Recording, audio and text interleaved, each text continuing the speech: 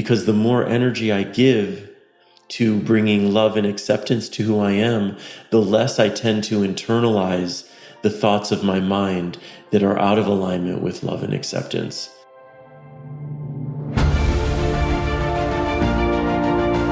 Hello and welcome to the Daily Helping with Dr. Richard Schuster. Food for the brain, knowledge from the experts, tools to win at life. I'm your host, Dr. Richard. Whoever you are, wherever you're from, and whatever you do, this is the show that is going to help you become the best version of yourself. Each episode, you will hear from some of the most amazing, talented, and successful people on the planet who followed their passions and strive to help others. Join our movement to get 1 million people each day to commit acts of kindness for others. Together, we're going to make the world a better place. Are you ready? Because it's time for your Daily Helping. Thanks for tuning into this episode of the Daily Helping Podcast. I'm your host, Dr. Richard, and I am really honored and excited to share our guest with you today. His name is Scott Stabile, and he is the author of Enough as You Are and Big Love, The Power of Living with a Wide Open Heart. His books are sold everywhere, and he is a passionate love advocate who believes there is no force more powerful than love to create real connections and healing in our world, and it's never been more needed than today. Scott guides transformational breath work journeys and leads personal empowerment workshops internationally. His inspirational posts have attracted a huge and devoted social media following. He's got more than 350,000 Facebook fans alone, plus a really awesome newsletter. We're going to talk a lot about his new book, which is available everywhere. Scott, welcome to the Daily Helping. It is awesome to have you with us today. Thank you so much, Dr. Richard. I'm really happy to be here. So we talked a little bit on air, and I'm so excited about this episode, but I want to find out your why. I want to jump into the Scott Stabile time machine and to go back in time. Tell us what put you on the path you're on today.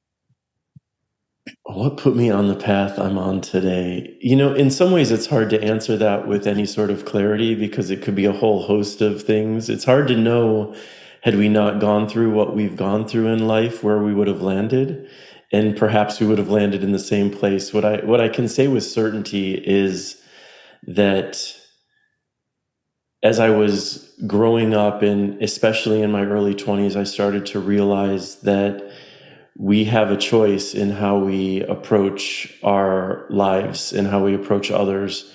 And that whenever I was choosing to come from a place of love, and when I say love, I'm really just speaking about the energy of love that exists within us and outside of us. And that what I was noticing is that when I was making choices that aligned with love, and I also see that as an umbrella term, which encompasses kindness, forgiveness, compassion, empathy, and that those types of choices and playing with love and acting in love always made me feel better.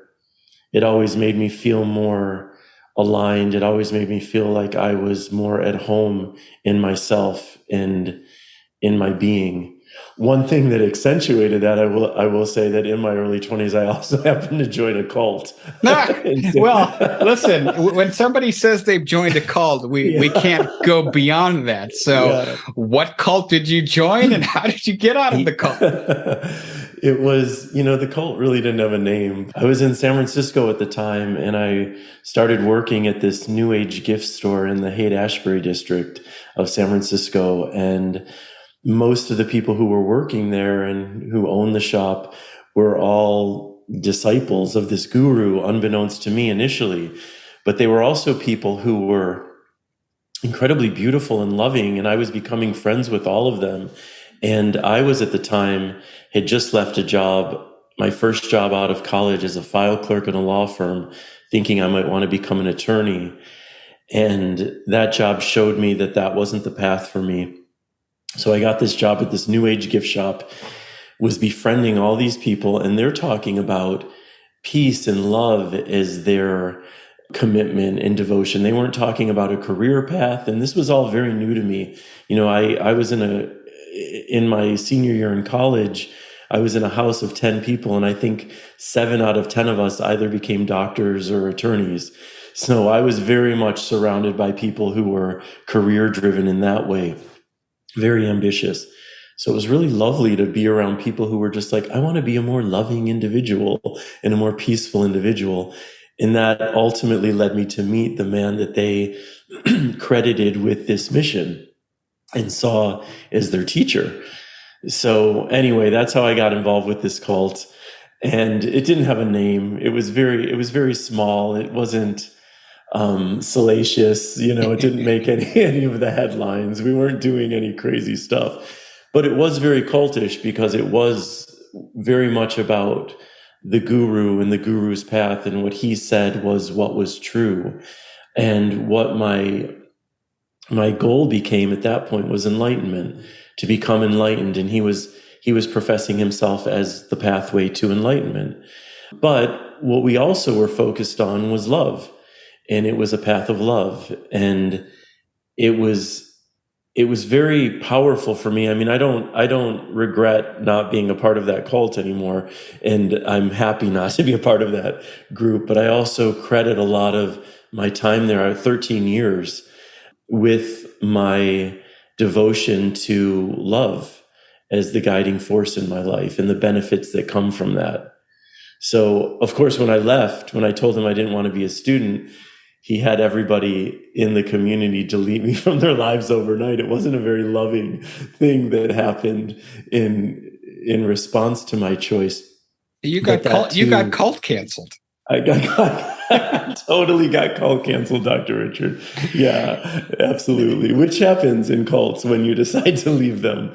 Oh, that's wild. So you flee. Well, you didn't flee, but you left the cult, and but you still had this foundational piece that you took from it of love. And so, take us through, what happened next. How, as your career kind of moved forward to what you're doing today. Sure. And what I feel called to say is, I think when there's a lot of talk about love and that word gets thrown around a lot, it can land in a way that might feel very woo-woo or ungrounded. And what I want to make really clear is my connection to that energy feels very grounded and not woo-woo. And I think when we reflect on the world around us, and if we're honest about what we desire most in the world, or at least one of the things we desire most, I think in all humans, it's to give and receive love. And if we pay attention to how we feel when we're on the giving end or the receiving end of love, it's typically really good, right? Which is why we have this desire. It's innate within us.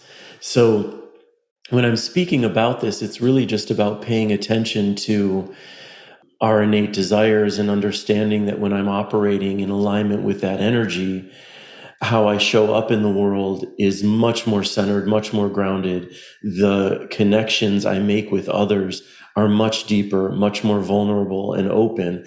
And all of these things ultimately, I believe, lead us to living a life that feels incredibly meaningful and incredibly aligned.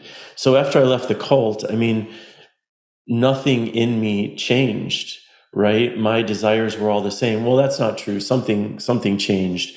I was no longer chasing enlightenment.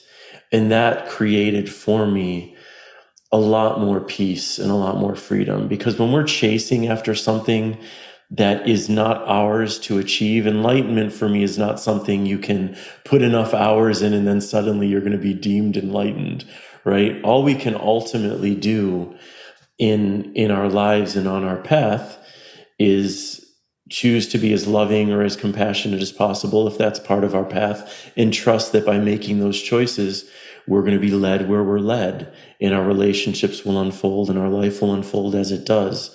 So for me, what I've consistently seen is that when I am choosing my heart as the leader over my mind, along with my mind, I'm going to be led into some beautiful circumstances and connections. And when I'm allowing my mind and my ego and all of and I don't say that to turn our egos into an enemy. I'm not about making an enemy of any part of myself, but I am about recognizing the ways in which my mind directs me from fear, from self-abuse, from insecurity. And the more that I'm connecting to my heart and the energy of love, the less inclined I am to be led by fear and insecurity and self-abuse. And the more I'm likely to be led by compassion and empathy and kindness. And all of these things, I mean, look, we see our world. You can be a wildly insensitive and unfeeling human being, and you're still going to be affected by all of the violence and insanity that's happening on our planet. So for me, the question I ask myself is whether I see our world as imploding or flourishing, how do I want to show up within it? And the answer I always come back to is I want to be an example of someone who is loving and compassionate and kind. And because I want to set that example and live into that example, it's incumbent upon me to look at the ways in which I'm not aligned with that, and as often as possible, get myself back into alignment with those choices. I love this, Scott, for a lot of reasons. You mentioned a couple of minutes ago how your position on this is not love from a woo-woo standpoint, but love from a grounded standpoint. And there's a lot of science that supports the things you're talking about. Number one, we are, and I preach this, we are biologically predisposed to feel good when we do kind things to other people. Yes. And so we don't talk about that a lot, right? As a society, we're taking selfies and we're focusing on us, but God, it feels good to do good things for other people. And the other piece that you mentioned that I think is so vitally important for people to understand is that research has shown us over and over and over again, across decades, across cultures, across ethnicities, is that individuals who believe that they have some measure of control over their life. You said whether the world is flourishing or imploding, how you choose to show up is up to you. And those individuals who feel that they have an internal locus of control, that is, they control the way they show up in the world and how they react to it, versus those individuals who believe that everything is happening to them. Mm-hmm. The people with the internal locus of control are consistently happier and healthier. Time and time again, the study shows that. So I love that you mentioned that. Yeah, thank you for everything you just shared. And I love that there is scientific support to it. And also, if we just pay attention, Dr. Richard, honestly, if we just pay attention to how we feel in relation to the choices we're making, we would be much more inclined to make choices that are naturally aligned with compassion and kindness and service and all of these things, because we would see in the moment, my goodness, right now I'm feeling so much better. And I've said this a lot in the workshops I give. If you did no other thing in your life but paid attention to your choices and make more choices that align with those good feeling sensations and start eliminating the ones that you feel like crap about when you're making, you would change your life overnight simply by doing that one thing, bringing more awareness to the choices you're making and how they make you feel.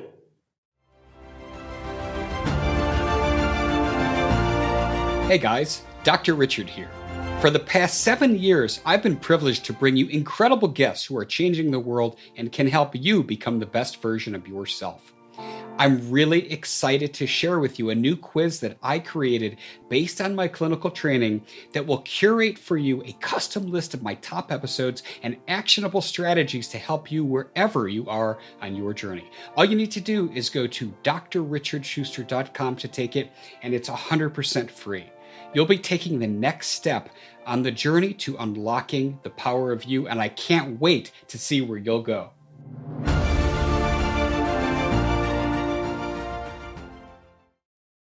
I have a feeling we're going to circle back to that, but I want to give space for you to talk about your newest book, Enough As You Are, because again, I mentioned this before we hit the air. I think the world really needs this book right now. Tell us, what was the impetus for writing this? What inspired you to create this book?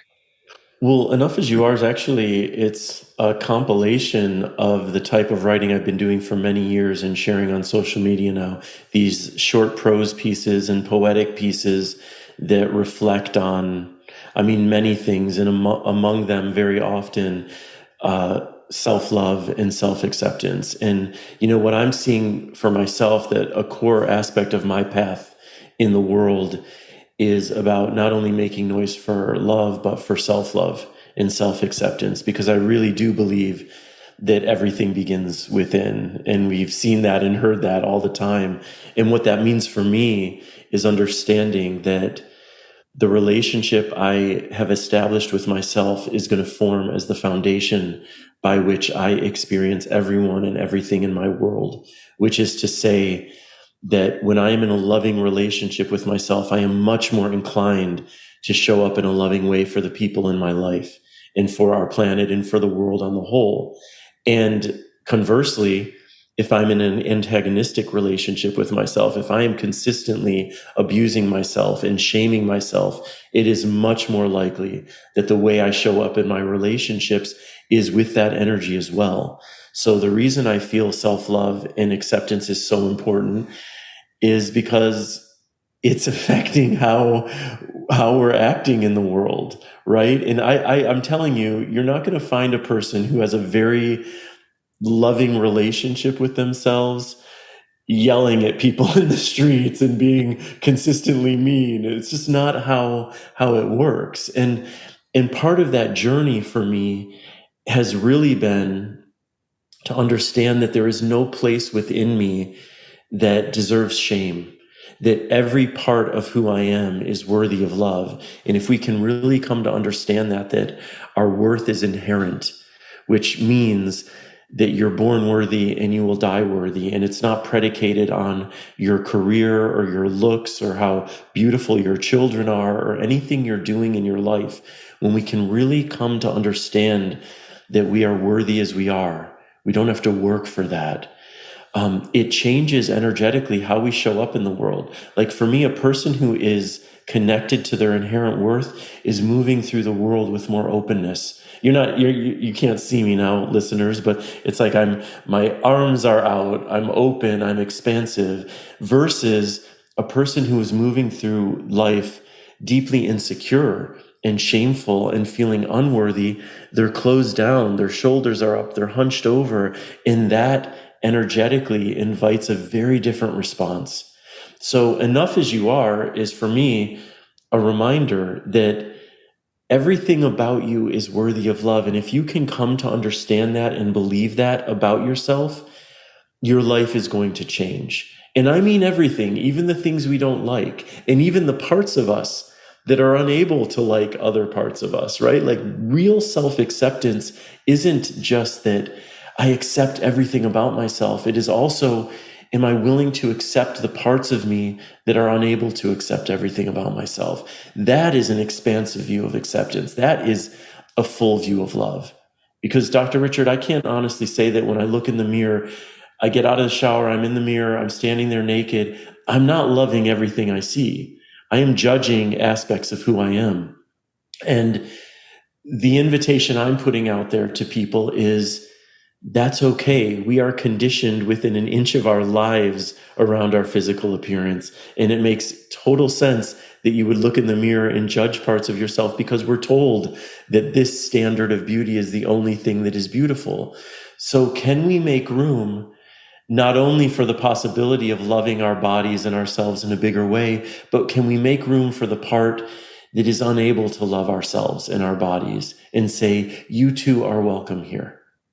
So Does that make sense? what you're talking about is forgiveness too, right? It's forgiving ourselves for having beliefs that we might have had for a really long time and letting go of them. And forgiving ourselves for the beliefs that we still have and are unable to let go of.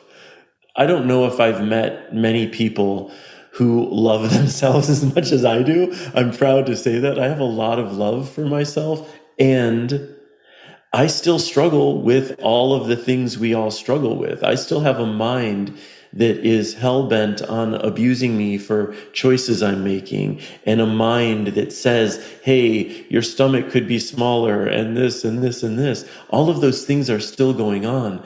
They're just not as loud, because the more energy I give to bringing love and acceptance to who I am, the less I tend to internalize the thoughts of my mind that are out of alignment with love and acceptance, if that makes sense.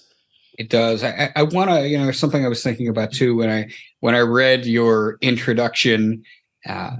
You refer to yourself as a love activist, which I've never heard anybody refer to themselves as a love activist. So, tell us about kind of how that came to be and why you go by that title, why you refer to yourself as a love activist. A friend called me that, and I've never, I do the kind of work. I've never had a very clear career path, and I hodgepodge a bunch of different things together. Whenever someone would ask me what I do, I would always struggle through the answer. Yes, I'm a writer. I do writing, and yes, I give workshops, but I never had a clear response for that. And then a friend referred to me as a love activist, and that was a title. I was like, yeah, I make a lot of noise for the power of love. That actually is something that I feel like I can title myself with if I'm inclined to give myself a title. And all that means for me is doing what we're doing here in this moment, which is really hammering home that there in my opinion, my understanding based on my lived experience, there is no force more powerful than love for creating real healing in our world. And there are a lot of energies and forces that create change. But if love is not a part of those energies, healing cannot happen, as I see it. So that's really what I'm talking about when I'm a love activist, is like, hey, anger is a beautiful, powerful catalyst for change. And if that anger at some point is not supported with the energy of love and forgiveness and compassion, that anger will get us nowhere. It will change us into a reality that just has more and more anger connected to it. So at some point, the changes we're making have to be supported with love for healing to be created. So I want to kind of take that theme and ask you a two-part question. So your book is a kind of collection of prose and anecdotes and things that you have written over the years on social media. Pick one or two that is kind of your favorite. And the second part of that is, how can we use that wisdom to stay peaceful in the world today, which unfortunately is anything but peaceful? I should be prepared for a question of like, pick one that is my favorite. I have no idea. But you know what I would love to do, if you're open to it, is for you just to pick a number between 2 and 219. Okay. 74 came to mind. I don't know why. 74? Yep. Okay, that must be the page that needs to be shared. So 74. Oh, that's funny. Okay. It's so strange to not know how I feel sometimes, unable to decide if I'm pretty peaceful or maybe going insane. I do like this, because what this reflects for me is sometimes there are moments when I feel like I am deeply okay with the world, and my mind has me questioning if, are you really deeply okay, or are you just completely numbed out to everything that is happening on the planet? And I don't always have the answer for that. But that isn't one that I feel like answers your question. So I'll say, for me, it is about understanding that what I said earlier, the more we can come into harmony with who we are, the more we're going to be an expression of that harmony in our world. I believe our world, as much as ever and always, needs for us to love ourselves so that we can love one another more wholeheartedly. And it's not that we can't offer love to people when we're not loving ourselves. I don't believe that. It's just that when we are more deeply connected to love, we have a deeper reservoir of love to offer the world. So I feel called to share with you, because you brought up forgiveness earlier, and maybe this is an example of what you're saying. I lost my parents when I was 14, and I lost them to murder. A man shot and killed my parents. And As a young kid, I was not thinking about forgiveness and I was not thinking about love. When I would think about the man who took their lives, it was with rage and hate and imagining awful things for him. And in my 20s, when I shared with you, I was starting out in the cult and coming into this understanding of the power of love more deeply. I started to think about this man, and I understood that every time I think about him, what I'm feeling in my body is this hateful rage still. And I need to find a way to forgive this man. And I had no idea how. But what I thought I could do at the very least was seek to empathize with him. And so the conscious choice I made back then was to try to imagine what it might be like for this man who took my parents' lives in his life. And without knowing the circumstances in his life, what I felt like I could confidently say was this was a person who felt very lost and very angry and potentially unloved and confused. And I couldn't relate to taking people's lives, but I could relate to feeling lost and angry and unloved and unseen and confused. And then even when I started to get really honest with myself, I thought, well, I could never imagine killing someone. And yet I had imagined killing him in my head. Not that I would take action on that, but I had pictured horrible deaths for this man. So even the violence that I thought was something beyond my imagination wasn't at all beyond my imagination.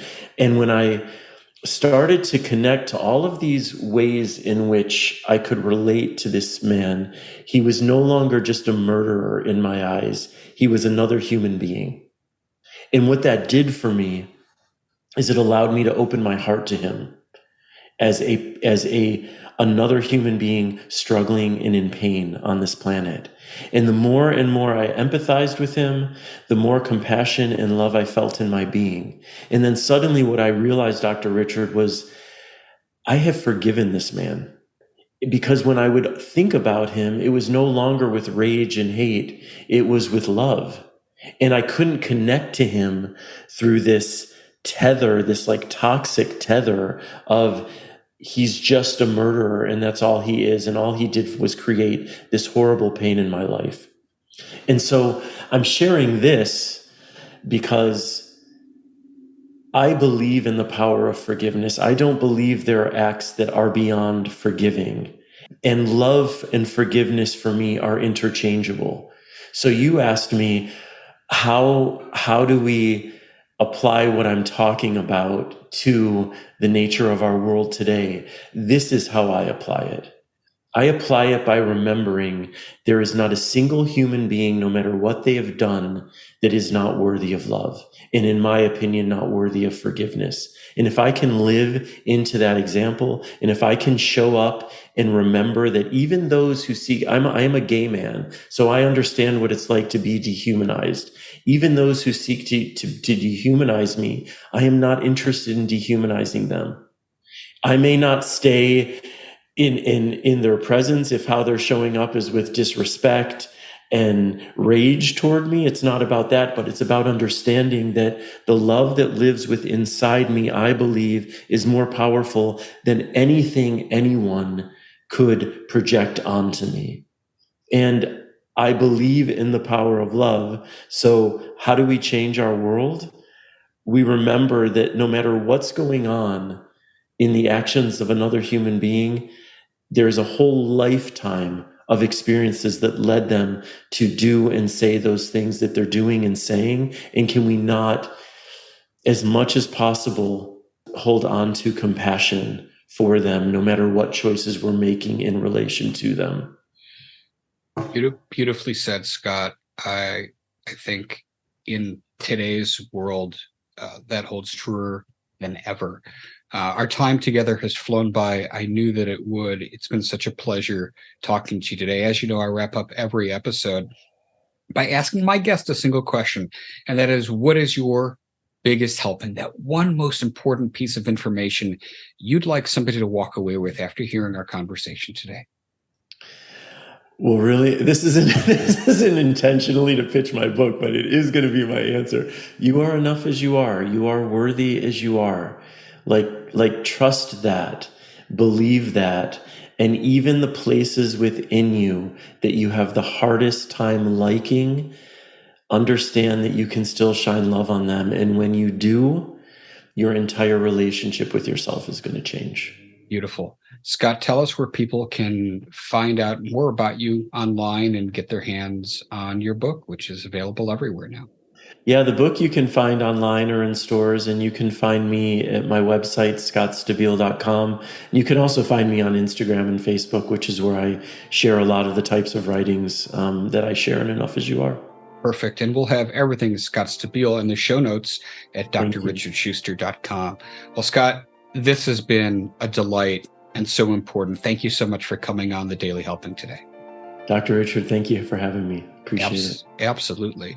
And I also want to thank each and every one of you who took time out of your day to listen to this conversation. If you liked it, if you're inspired, if you're going to go forgive somebody, go give us a follow and a 5-star review on your podcast app of choice, because that is what helps other people find the show. But most importantly, go out there today and do something nice for somebody else, even if you don't know who they are, and post it in your feeds using the hashtag #MyDailyHelping, because the happiest people are those that help others.